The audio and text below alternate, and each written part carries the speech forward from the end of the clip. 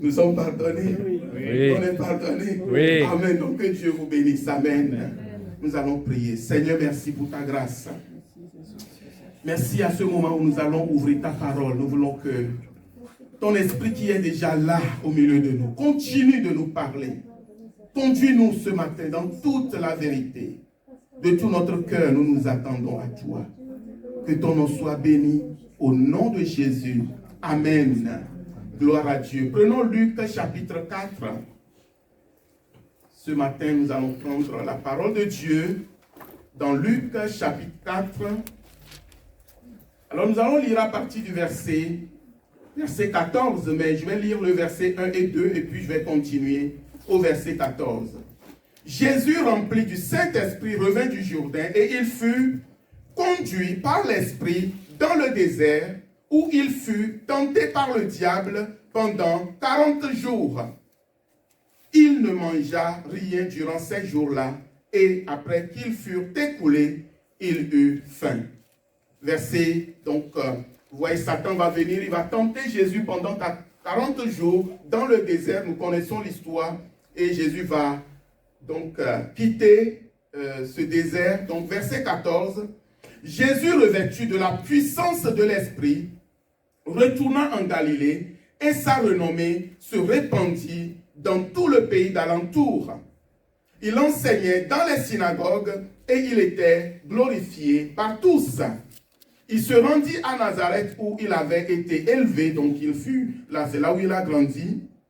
Et selon sa coutume, il entra dans la synagogue le jour du sabbat. Il se leva pour faire la lecture. Et on lui remit le livre du prophète Ésaïe. L'ayant déroulé, il trouva l'endroit où il était écrit. L'Esprit du Seigneur est sur moi, parce qu'il m'a oint pour annoncer une bonne nouvelle aux pauvres. Il m'a envoyé pour guérir ceux qui ont le cœur brisé, pour proclamer aux captifs la délivrance et aux aveugles le recouvrement de la vue, pour renvoyer libres les opprimés et pour publier une année de grâce du Seigneur. Verset 20. Ensuite, Jésus roula le livre et le remit au serviteur et il s'assit. Tous ceux qui se trouvaient dans la synagogue avaient les regards fixés sur lui. Alors, il commença à leur dire, Jésus commença à leur dire, aujourd'hui, cette parole de l'Écriture que vous venez d'entendre est accomplie. Amen. Aujourd'hui, cette parole de l'Écriture que vous venez d'entendre est accomplie. Pourquoi Jésus s'exprime ainsi?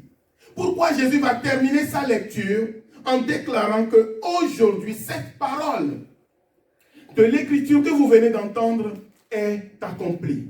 C'est parce que ce que Jésus vient de lire, l'Esprit du Seigneur l'Éternel est sur moi, c'est une prophétie qui a été faite pour Israël. Mais ce n'est pas une prophétie qui est faite juste comme ça par hasard. Amen. C'est une prophétie qui concerne l'ère, alléluia, Jésus, l'ère de l'effusion de l'esprit, donc l'ère messianique ou le temps messianique. Ça concerne les promesses des temps messianiques. Alléluia. Et je vais faire un petit rappel de ce que c'est. Qu'est-ce que le temps messianique? Le temps messianique, c'est un temps que les prophètes de l'Ancien Testament ont prophétisé. Ésaïe a prophétisé. Amen.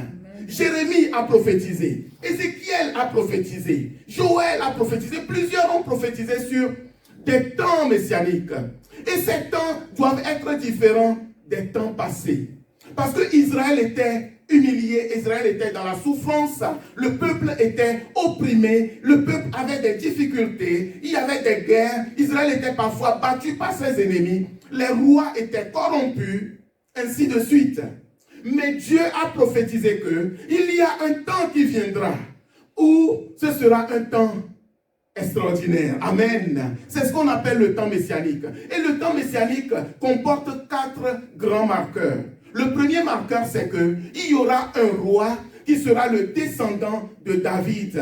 Un roi juste, amen. Un roi qui est puissant, un roi qui est glorieux, un roi qui est, comment dire, qui n'est pas corrompu, quoi. Alléluia. Un roi dont le règne n'aura pas de fin. Donc, premier point, c'est la promesse, la venue d'un roi qui est de la lignée de David. Le deuxième point, c'est qu'il y aura un royaume qui sera marqué par la paix et la justice. La paix et la justice parce que Israël était constamment dérangé par ses ennemis. Mais pendant les temps messianiques, les ennemis d'Israël ne pourront plus l'atteindre. Pendant les temps messianiques, les ennemis d'Israël ne pourront plus le déranger. Donc, il y aura ce temps où il y aura réellement la paix pour le peuple de Dieu et aussi la justice. La justice parce que plusieurs juges en Israël étaient corrompus. Ce n'étaient pas des justes juges.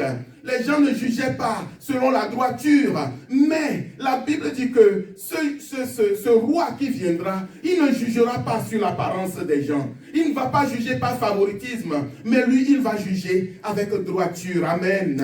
Avec équité. Et le troisième point, c'est que pendant ce temps messianique, il y aura la rédemption du péché pour le peuple de Dieu. Alléluia. Il y aura le pardon, le rachat du peuple de Dieu du péché.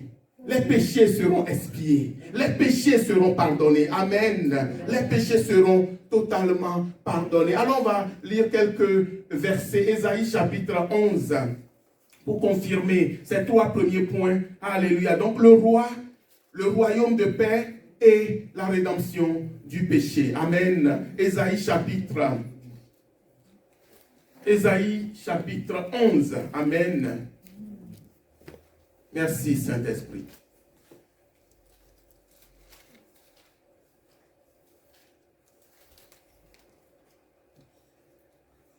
Ésaïe 11, nous allons prendre à partir du verset 1. La Bible dit, puis un rameau sortira du tronc d'Isaïe. Et vous savez que Isaïe, c'est le père de David. Et un rejeton naîtra de ses racines.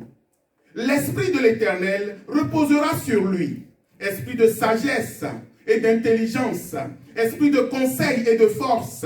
Esprit de connaissance et de crainte de l'Éternel. Il respirera la crainte de l'Éternel. Il ne jugera point sur l'apparence. Il ne prononcera point sur oui dire, mais il jugera les pauvres avec équité et il prononcera avec droiture. Il prononcera avec droiture sur les malheureux de la terre. Il frappera la terre donc de sa parole comme d'une verge et du souffle de ses lèvres, il fera mourir le méchant. Vous voyez, tout ça fait allusion à Jésus. Alléluia. À Jésus qui sera totalement investi, alléluia, rempli du Saint-Esprit. L'Esprit de l'Éternel va reposer sur lui. Il aura la sagesse d'en haut. Il aura l'intelligence d'en haut. Ce sera un esprit il sera animé par l'esprit de conseil, un esprit de force, esprit de connaissance et de la crainte de l'Éternel. Ce qui est l'entière opposé de la plupart des rois qui ont dirigé, conduit le peuple d'Israël. Amen. Et nous allons donc continuer. Nous avons dit que ce sera un royaume de paix et de justice. Donc, ce que je viens de lire, ça touche plus la justice, n'est-ce pas? On peut continuer. Verset 5. Il dit, la justice sera la ceinture de ses flancs et la fidélité, la ceinture de ses reins. Le loup habitera avec l'agneau et la panthère se couchera avec le chevreau, le veau, le lionceau et le bétail qu'on engraisse seront ensemble et un petit enfant les conduira. La vache et l'ours auront un même pâturage. Leurs petits, un même gîte. Et le lion comme le bœuf mangeront de la paille. Vous voyez, il continue. C'est pour dire que le royaume que Dieu veut bâtir, le royaume des temps messianiques que Dieu veut construire, ce sera un royaume où il n'y aura pas d'animosité, où il n'y aura pas de violence, Et quand il donne l'exemple du loup avec, je ne sais pas, la brebis, etc., c'est pour dire qu'il n'y aura pas de méchanceté, il n'y aura pas de violence, il n'y aura pas de, comment dirais, de cruauté dans ce royaume, parce que le roi qui régnera sur ce royaume sera un roi de justice, amen, et il y aura l'Esprit de Dieu qui va animer tout ce royaume. Et le quatrième point, donc j'ai dit le roi de la lignée, un roi de la lignée descendant de David, le royaume de paix, de justice et la rédemption du péché. Donc vous pouvez noter Ésaïe 53 que nous connaissons, amen. Dans Ésaïe 53, il est montré que celui-là, ce fils qui va naître, ce sauveur, il est celui qui va prendre le péché d'Israël, le péché du peuple de Dieu. Amen. Donc vous le méditerez chez vous, Ésaïe chapitre 53. Maintenant, le quatrième point, c'est que le royaume, donc le temps messianique, sera marqué par le déversement de l'Esprit de Dieu. Les temps messianiques seront marqués par le déversement de l'Esprit de Dieu, le déversement de la puissance de Dieu. Et Joël a commencé par prophétiser. Nous pouvons noter Joël chapitre 2 à partir du verset 28 que nous allons évidemment prendre pour lire. Alléluia. Joël 2. Joël Amosabdia. Donc Joël chapitre 2, verset 28. La Bible dit, après cela, je répandrai mon esprit sur toute chair. Vos fils et vos filles prophétiseront. Les vieillards auront des songes. Vos jeunes gens auront des visions. Même sur les serviteurs et sur les servantes. Dans ces jours-là, je répandrai mon esprit. Amen. Dieu a promis qu'il va répandre son esprit sur toute chair. Et vous pouvez méditer Joël 2. Quand vous lisez à partir du verset 1, vous verrez que ça correspond exactement à ce que nous lisions tantôt dans Ésaïe chapitre 11. Amen. Il dit que pendant ce temps-là, je vais vous envoyer la pluie de la première et de l'arrière-saison. Ça, c'est le verset 23. Comme autrefois. Il dit que les airs se rempliront de blé et les cuves regorgeront de mou et de l'huile. Je vous remplacerai les années qu'ont dévoré la sauterelle, le gélec, le asile et le gazam, ma grande armée que j'avais envoyée contre vous. Vous mangerez, vous vous rassasierez et vous célébrerez le nom de l'Éternel, votre Dieu, qui aura fait pour vous des prodiges et mon peuple ne sera plus jamais dans la confusion. Alléluia. Donc, quand l'Esprit vient, alléluia, il fait beaucoup de choses. Donc, le quatrième point, c'est le déversement de l'Esprit. Le déversement de l'Esprit. Et Ézéchiel aussi en parle, on peut le lire. Ézéchiel chapitre 36, nous connaissons bien Ézéchiel 37, que nous aimons beaucoup, n'est-ce pas? Les ossements desséchés, mais le chapitre d'avant, il parle de ce qui va se passer pendant ce temps. Nous allons le lire, amen. Alléluia. Ézéchiel, chapitre 36, Ézéchiel 36, à partir du verset 26. La Bible dit, je vous donnerai un cœur nouveau et je mettrai en vous un esprit nouveau. Amen. J'ôterai de votre corps le cœur de pierre et je vous donnerai un cœur de chair. Alléluia. Et je mettrai mon esprit en vous. Et je ferai en sorte que vous suiviez mes ordonnances et que vous observiez et pratiquiez mes lois. Frères et sœurs, ce matin quand on priait avant le culte, mon frère priait, il disait, oh Seigneur, viens ôter nos cœurs de pierre et donne-nous un cœur de chair. Je dis au Saint-Esprit, merci, tu as confirmé la parole que tu as mise dans ma bouche ce matin. Parce que le jour de la Pentecôte, beaucoup de chrétiens pensent que c'est juste un jour où on va s'exciter. Excusez-moi mes expressions, c'est comme ça que moi je parle. Les gens pensent qu'on va juste s'exciter, on va bien, puis on finit on dit waouh, c'était vraiment bien aujourd'hui. Mes amis, le jour de la Pentecôte, quand le Saint-Esprit vient, il vient d'abord pour nous transformer. Il vient d'abord pour nous changer. Il vient ôter notre cœur qui n'est pas bon. Notre cœur qui ne veut pas pardonner. Notre cœur qui ne veut pas, parce que nous sommes comme ça. Parce que l'homme est compliqué. Il nous vient nous donner un cœur nouveau. Il dit, je vais ôter à mon peuple, pas aux autres, nous. Il dit, je vais leur ôter leur cœur de pierre. Puisque c'est le cœur de pierre qui nous empêche en fait d'accepter la parole de Dieu, de pouvoir suivre Jésus, de pouvoir lui obéir. Donc Donc le cœur de Pierre, c'est notre premier problème. Et le Seigneur dit que pendant les temps messianiques, quand je vais déverser mon esprit, avant de déverser mon esprit sur vous, je vais enlever ce qu'il y a de mauvais en vous. Je vais vous donner un cœur nouveau, un cœur de chair. C'est ce cœur de chair qui fera que le lion et le bœuf, ils vont aller manger au même endroit. Mes amis, est-ce que vous imaginez la scène? Le lion et le bœuf, ils vont aller manger ensemble, quoi. Moi, si je vois un truc comme ça, eh bien, je vais dire, est-ce que c'est un cauchemar ou c'est quoi? Tu vois le lion et le bœuf qui sont en train de manger ensemble. Oui, bien ami. Et le lion, il ne va pas manger le bœuf. Ils vont manger la paille. Ils vont tous ensemble manger la paille. Parce que Dieu a enlevé un cœur mauvais. Dieu a mis un cœur de chair. Et quand nous laissons le Saint-Esprit venir en nous, mes amis, il nous donne un cœur nouveau. Alléluia. Il nous donne la grâce de pouvoir travailler ensemble. D'abord, pouvoir travailler ensemble. Amen. Parce que nous avons des caractères différents. Nous avons, certains sont moins patients que d'autres, ainsi de suite, ainsi de suite. Mais quand le Saint-Esprit vient, il enlève le cœur qui n'est pas bon. Il enlève le cœur qui ne veut pas pardonner. Et il donne un cœur nouveau. Amen. N'est-ce pas merveilleux, bien-aimé?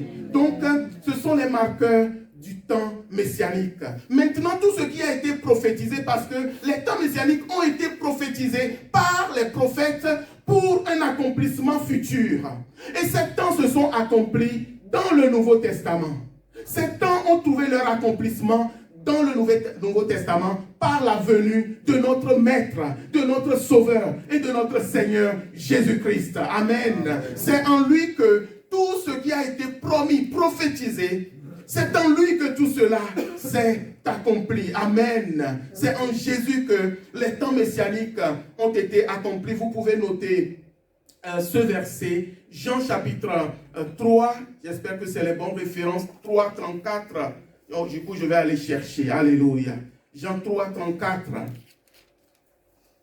Alléluia. Merci Seigneur. Jean 3, verset 34. Il dit, car celui que Dieu a envoyé dit les paroles de Dieu. Celui que Dieu a envoyé, il dit les paroles de Dieu. Parce que Dieu ne lui donne pas l'esprit avec mesure. Et nous savons que celui que Dieu a envoyé, c'est Jésus. Lui, l'esprit dont nous parlons ici, il a reçu cet esprit sans mesure. Dieu lui a donné l'esprit sans mesure. Et c'est pourquoi en ce jour, alors qu'il venait d'être baptisé, Luc 3, et qu'il a été tenté, il est parti au désert, tenté par le diable dans tous les sens, et il a vaincu. Revenu du Jourdain, revenu du désert, il va maintenant rentrer dans le temple. Et quand on va lui donner le livre, la parole de Dieu, il déroule le livre d'Ésaïe. La Bible dit qu'il va tomber exactement sur l'endroit où il est écrit. L'Esprit du Seigneur, l'Éternel, est sur moi. Alléluia. Donc, lui, Jésus, il a reçu l'Esprit sans mesure. Très, très important. Nous n'avons pas la même dimension de l'Esprit que Christ. Lui, il a reçu l'Esprit sans mesure. C'est ce que la parole nous dit. Amen. Dieu nous donne son Esprit. Jésus nous baptise du Saint-Esprit. Il nous oint. Mais lui, alléluia, c'est lui qui a reçu l'Esprit sans mesure. Et il se lève là en ce jour, dans Luc 4, notre texte principal. Il dit que l'Esprit du Seigneur l'Éternel est sur moi. Alléluia. Il m'a oint pour annoncer une bonne nouvelle aux pauvres. Il m'a oint pour guérir ceux qui ont le cœur brisé. Il m'a oint pour proclamer aux captifs la délivrance. Il m'a oint pour renvoyer libres les opprimés. Il m'a oint pour proclamer une année de grâce du Seigneur. L'Esprit du Seigneur l'Éternel est sur moi. Et Jésus faisait allusion à Ésaïe 61. Si vous lisez Ésaïe 61, dès le chapitre 1, vous allez voir que ces mêmes paroles sont récitées là-bas. Vous voyez que ce sont des prophéties qui ont été faites depuis. Mais que l'Esprit du Seigneur l'Éternel reposera sur celui-là qui viendra pour établir les temps, amen, l'ère messianique. L'Esprit du Seigneur reposera sur celui que le Père aura désigné qui viendra pour établir ce temps exceptionnel. Alléluia. Et mes frères et sœurs, depuis que Jésus est venu sur la terre, pourquoi Jésus faisait beaucoup de miracles? Pourquoi Jésus guérissait les malades? Pourquoi Jésus ressuscitait les morts? Pourquoi Jésus était compatissant? Pourquoi Jésus pardonnait les péchés? Parce que c'est lui qui est venu pour inaugurer ce temps messianique. C'est lui qui est venu inaugurer l'ère messianique. Parce que c'est lui qui est le véritable Messie. C'est lui qui est le véritable sauveur. Et quand il est rentré dans le monde, vous savez, Jean-Baptiste, un moment demandait, quand Jean-Baptiste était au fond du combat, j'allais dire, au fond du gouffre, un moment il a envoyé ses disciples. Il dit, allez demander à Jésus, est-ce que c'est vraiment lui, celui que nous devons attendre? Quelle est la réponse que Jésus lui a faite? Jésus lui a dit, allez dire à Jean que les aveugles voient. Dites à Jean que les sourds entendent. Dites à Jean que les morts ressuscitent, que les lépreux sont purifiés. Alléluia. Frères et sœurs, le temps messianique est marqué par le déploiement de la puissance de Dieu. Et depuis que Jésus est venu sur la terre, sa puissance a commencé par agir. Et en partant au ciel, qu'est-ce qu'il nous a dit? Qu'est-ce qu'il a dit à ses disciples? Nous arrivons à nous maintenant. Jésus, lui, a commencé. Il a inauguré. Quand on inaugure quelque chose, la chose est lancée, n'est-ce pas? Quand on inaugure un bâtiment, le bâtiment est ouvert. Jésus est venu inaugurer ce temps, mes amis. Jésus est venu inaugurer ce temps, alléluia. Le temps du déploiement de la puissance de Dieu. Le temps où la gloire de Dieu doit être manifestée parmi les hommes sur la terre. Et en partant au ciel, Jésus va dire à ses disciples, Jean 20, verset 21. 20, 21, Jean. Il dit, comme le Père m'a envoyé, moi aussi je vous envoie. Comme le Père m'a envoyé, moi aussi je vous envoie. Alléluia. Comme le Père m'a envoyé, moi aussi je vous envoie. C'est comme ça que moi aussi, hier, il m'a dit, Jacob, toi aussi, je t'envoie aux herbiers ce week-end. Est-ce que vous comprenez? Chacun d'entre nous maintenant, nous sommes devenus porteurs de ce message pour continuer à manifester ce temps particulier sur la terre. C'est un temps particulier. Parce qu'avant la venue de Jésus, il n'y avait pas de miracles comme ça, mes amis. Avant la venue de Jésus, on ne pouvait pas dire à un mort, tu ressuscites comme ça. Non, non, non, non, non. Le Saint-Esprit n'était pas encore aussi pleinement descendu sur la terre. Voilà ce que je veux dire. Amen. Mais quand Jésus est venu, parce que c'est lui qui a reçu l'Esprit sans mesure, il nous a donné son Esprit. Amen. Il nous a donné le Saint-Esprit. Et notre frère a cité Jean 16. Ce matin, amen, Jean 16, il a dit, le consolateur, je vais vous l'envoyer. Le consolateur, c'est toute cette semaine, quand je priais pour ce dimanche, j'ai beaucoup entendu ce mot consolateur. J'ai beaucoup entendu ce nom de consolateur. J'ai beaucoup entendu ce nom de consolateur. Et je crois que Dieu parle à quelqu'un ce matin. Mon ami, le Saint-Esprit n'est pas juste là pour faire des choses spirituelles. Le Saint-Esprit, c'est aussi un esprit de consolation. Le Saint-Esprit, c'est aussi un esprit de consolation. Le Saint-Esprit, c'est aussi un esprit de consolation. J'ai l'impression que des fois, nous prenons juste le Saint-Esprit comme l'esprit qui vient fondre, ouvrir les plafonds, fendre les rochers, faire des choses explosives. Non, non, non, non, non, non, non, non, non. Le Saint-Esprit, c'est aussi un esprit de consolation. Pourquoi consolation? Parce que le Maître est parti. Pourquoi consolation? Parce que Jésus est parti au ciel. Alléluia. Et nous sommes là. Un moment, on accusait ses disciples que vous ne jeûnez pas. Les disciples de Jean jeûnent, mais vous jeûnez jamais. Jésus l'a dit, mais le temps viendra. Quand l'époux leur sera enlevé, alors il y aura des temps difficiles. Bien aimé, ce n'est pas parce que le Saint-Esprit est là que nous ne pouvons pas avoir des difficultés. Ce n'est pas parce que le Saint-Esprit est là que nous ne pouvons pas avoir des difficultés, des épreuves dans nos vies. Mais parce que le Saint-Esprit est là, quand nous avons des difficultés, quand nous avons des épreuves, le Saint-Esprit sera là pour nous consoler. Il sera là pour nous encourager. Il sera là pour poser sa main là où ça fait mal. Là où la nuit tu pleures. Le Saint-Esprit vient la nuit. Et il met la main là où personne ne peut mettre la main pour t'apporter la consolation. Il dit, je vous enverrai le consolateur.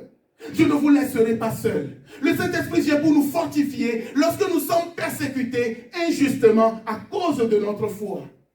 Lorsque les gens se moquent, lorsque même des amis nous abandonnent à cause de notre foi, le Saint-Esprit vient pour nous consoler. Donc Jésus est parti. Il a dit, comme le Père m'a envoyé, moi aussi je vous envoie. Amen. Et le consolateur, il vient, alléluia, pour nous équiper, pour nous fortifier. Alléluia. Oh Jésus, Luc 24. On peut noter verset 49. Luc 24, 49. Il dit, voici, J'enverrai ce que le Père a promis. J'enverrai ce que le Père a promis. Mais vous, restez dans la ville. Restez dans la ville jusqu'à ce que vous receviez cette chose. Jusqu'à ce que vous receviez cette personne. Jusqu'à ce que cette promesse s'accomplisse aussi dans vos vies. Pour que nous puissions accomplir la mission, frères et sœurs. Nous avons besoin du Saint-Esprit.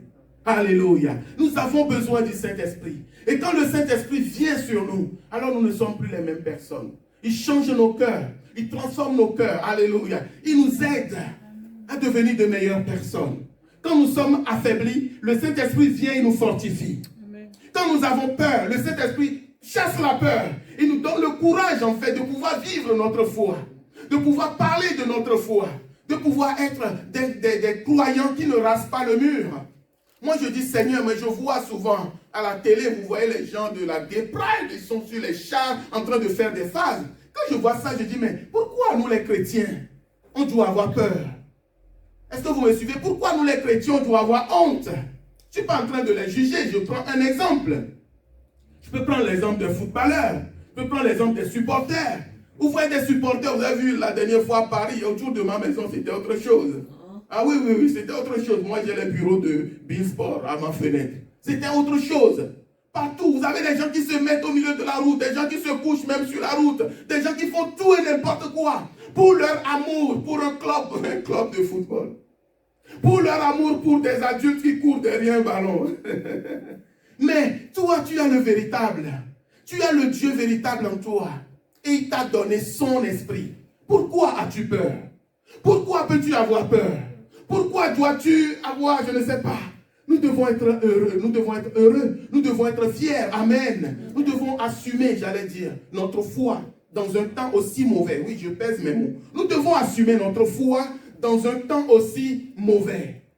À l'école, dans la région parisienne, comment pouvons-nous faire que le règne de Dieu, Jésus l'a dit lorsque vous priez, dites, Père, que ton nom soit sanctifié, que ton règne vienne. Et quand le règne de Dieu vient, je vous assure, le lion et le bœuf, ils se baladent ensemble en train de causer. Amen. Le lion et le bœuf se baladent ensemble pour aller manger. Et ça, c'est Dieu qui produit ces choses. Mais l'Église peut amener quelque chose dans notre société. L'Église peut amener quelque chose dans notre pays, la France. L'Église peut amener un changement dans ce pays. Si et seulement si nous demandons que le même esprit que Dieu a déversé sur Christ et qui lui a donné sans limite, sans mesure, que nous puissions accepter que ce même esprit vienne aussi sur nous. Alléluia. La Bible dit que l'onction va couler depuis la tête d'Aaron et sur toute sa barbe et sur tout son vêtement. Et si nous sommes le corps de Christ, l'onction de Dieu va couler de Jésus. Parce que c'est lui qui est la tête de l'Église. Il est la tête de l'Église. Et il a l'onction, il a reçu l'onction sans mesure. Alors disons, Jésus, fais déverser ton onction sur nous, afin que nous devenions vraiment des porteurs de ton message. Amen. Nous devenions vraiment tes ambassadeurs. Ce règne messianique doit continuer jusqu'à la venue de Jésus-Christ. Frères et sœurs, la terre ne deviendra pas totalement meilleure. Non. Je termine par là. La terre ne va pas devenir totalement meilleure. Le monde ne va pas devenir totalement meilleur. Non. Ne pensez pas que aujourd'hui vous allez voir le lion et le bœuf en train de... Il va avoir des signes isolés. Suivez mon propos. Il va avoir des signes isolés. C'est pourquoi quand Jésus était là, tous les malades n'étaient pas guéris. Mais Jésus guérissait des malades. Quand Jésus était là, tous les morts n'étaient pas ressuscités, mais Jésus ressuscitait des morts. C'était les prémices de ce qui va arriver. Amen. C'est quelque chose, c'est les premières manifestations de quelque chose qui va bientôt être généralisé. Merci Saint-Esprit. Mais nous ne sommes pas encore dans la phase de la généralisation. Mais aujourd'hui, nous qui sommes les chrétiens, nous qui sommes les enfants de Dieu, si nous laissons le Seigneur nous remplir de son esprit, si nous laissons le Seigneur nous oindre de sa grâce, alléluia. Amen. Oh frères et sœurs, nous allons commencer par manifester à des endroits là où Dieu te place. Ce règne de Dieu va venir. Amen. Ce règne de Dieu va venir. Alléluia. Amen. Ce règne de Dieu va commencer par se manifester. Et ce règne sera plein. Et entier à sa venue. Quand il viendra établir son règne. Alléluia. Amen. Le millénium pour ceux qui y croient. Amen. Mais Jésus va revenir. Et quand il reviendra, il va établir ce règne qui va couvrir toute la terre. Amen. Mais nous, aujourd'hui, frères et sœurs, cherchons le Saint-Esprit. Désirons le Saint-Esprit. Alléluia. Et continuons à faire étendre l'ère du Messie. Chaque fois que nous travaillons pour Jésus, nous disons qu'il règne. Nous annonçons qu'il règne. Nous annonçons qu'il est vivant. Nous annonçons qu'il est puissant. Il a dit que cette parole de l'Écriture s'est accomplie aujourd'hui. Amen. Il dit, j'annonce maintenant une bonne nouvelle aux pauvres. Ça veut dire que nous, c'est à nous maintenant d'apporter une bonne nouvelle aux pauvres. Amen. C'est à nous maintenant de guérir ceux qui ont le cœur brisé. Et il ne faut pas que j'oublie, je ne l'oublierai pas. Dieu nous a demandé de revenir dans cette région parce qu'il nous a dit qu'il y a beaucoup de cœurs brisés. Il y a beaucoup de cœurs brisés dans la région. Vous allez venir, vous allez commencer par prier pour les cœurs brisés. Nous ne pouvons pas changer de direction. Et nous devons beaucoup prier pour les cœurs brisés.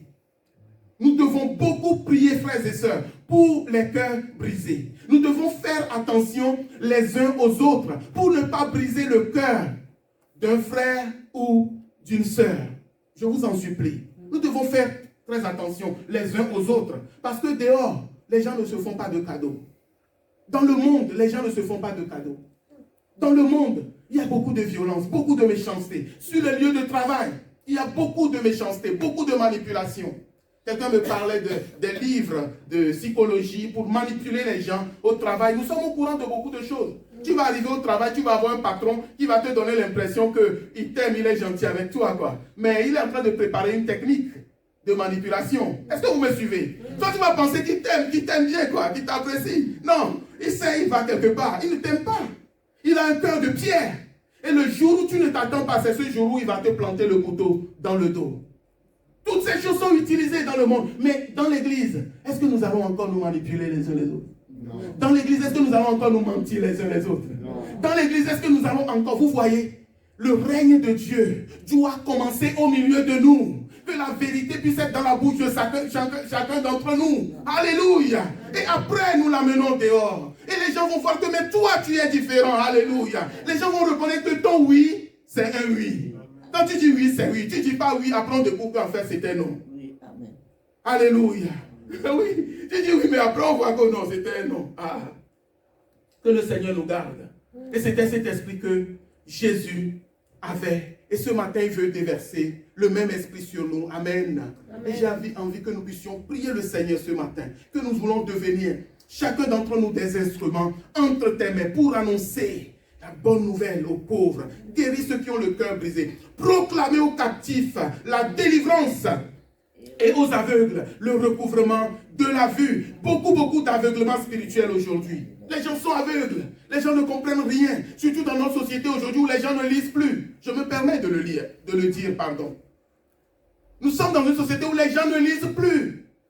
Tu demandes à quelqu'un 2 fois 12 égale à combien? 3 fois 8, les gens ne savent plus. 3 fois 8, ils ne savent plus. Il va commencer par toucher sa poche en cherchant son téléphone. Parce qu'on est dans un système où on nous a abrutis. Mes amis, donc, je ne sais pas comment le dire. On est dans un système où on nous... abrutit. Mais le diable sait ce qu'il est en train de faire. Le diable sait ce qu'il est en train de faire, mes amis. Satan sait. On ne lit plus, on ne lit plus et on ne lit plus. Et on devient ce qu'on est devenu. Et les gens, même moi je suis étonné, les gens ne connaissent même plus leur propre histoire. Leur propre histoire. Comment est-ce que nous pouvons avancer si nous ne connaissons pas l'histoire? Je prends l'exemple de l'église. Si nous ne connaissons rien sur l'histoire de l'église, ce n'est pas une question de pasteur ou autre. Nous avons notre responsabilité. C'est pourquoi les pasteurs aussi, nous devons prendre le temps pour pouvoir enseigner. Pour dire que, nous sommes en France par exemple. Alléluia. Moi je le dis, on va enseigner des choses, on aura le temps de partager des choses sur l'histoire de l'église en France. J'ai pas d'amen. Amen. Donc on ne le fera pas alors. On va le faire ou on va le faire? Amen. Mais non, c'est important.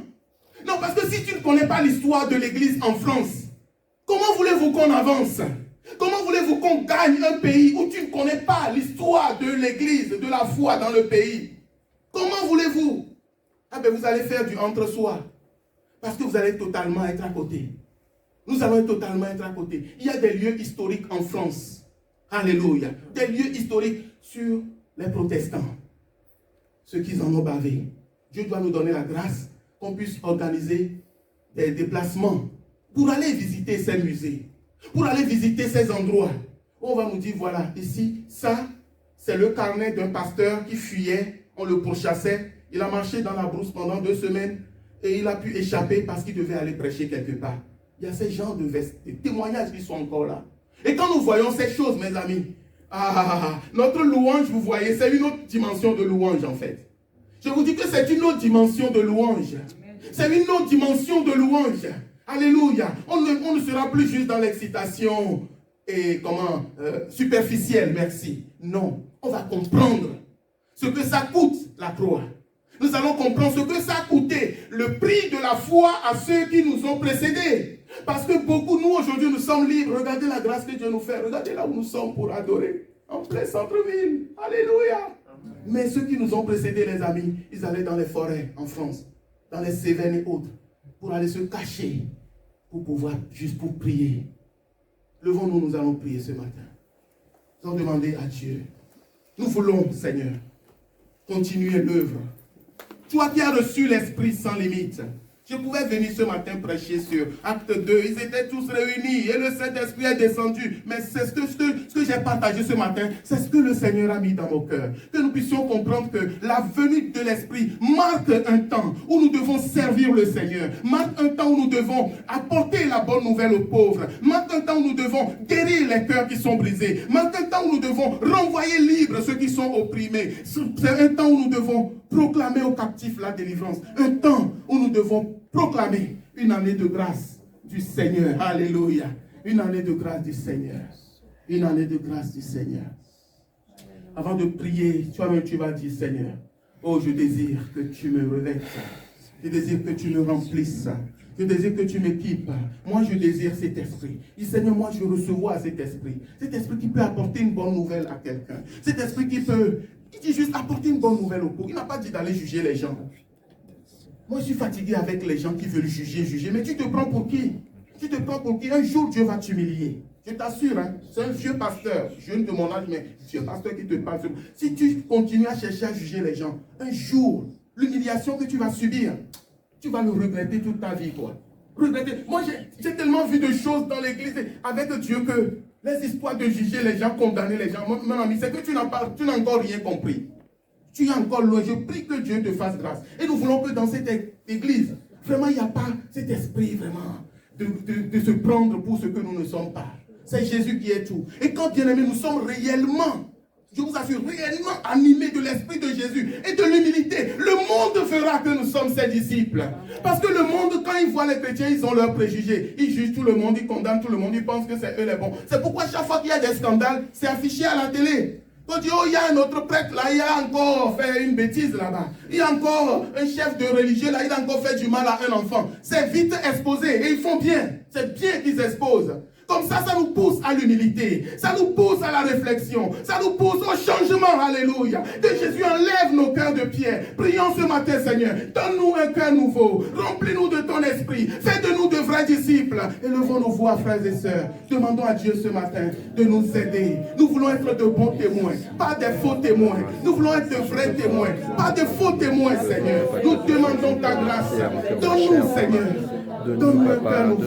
Donne-nous un cœur nouveau. Donne-nous un cœur nouveau. Nous demandons ta grâce ce matin. Oh Seigneur, nous voulons que tu déverses ton Esprit Saint sur nous, afin que nous puissions, Seigneur, te servir, afin que nous puissions gagner, Seigneur, le territoire, le pays, la nation pour toi. Oh Jésus, viens encore, Seigneur, et touche chacun d'entre nous. L'église que nous sommes, nous ne voulons pas être des tambours battants, Seigneur, mais nous voulons réellement demander ta grâce, réellement demander ta faveur, demander ta miséricorde, et que nous devenions, Seigneur, oh, des vases neufs, oh Seigneur, des vases neufs, des vases tout neufs, des vases tout neufs, des vases tout neufs, pour ta gloire, afin que tous ceux qui entrent en relation avec nous, voient ton amour, voient ta lumière, voient ta gloire, dans le nom de Jésus, nous voulons réellement continuer la mission, porter ton air, porter l'air, Seigneur, messianique,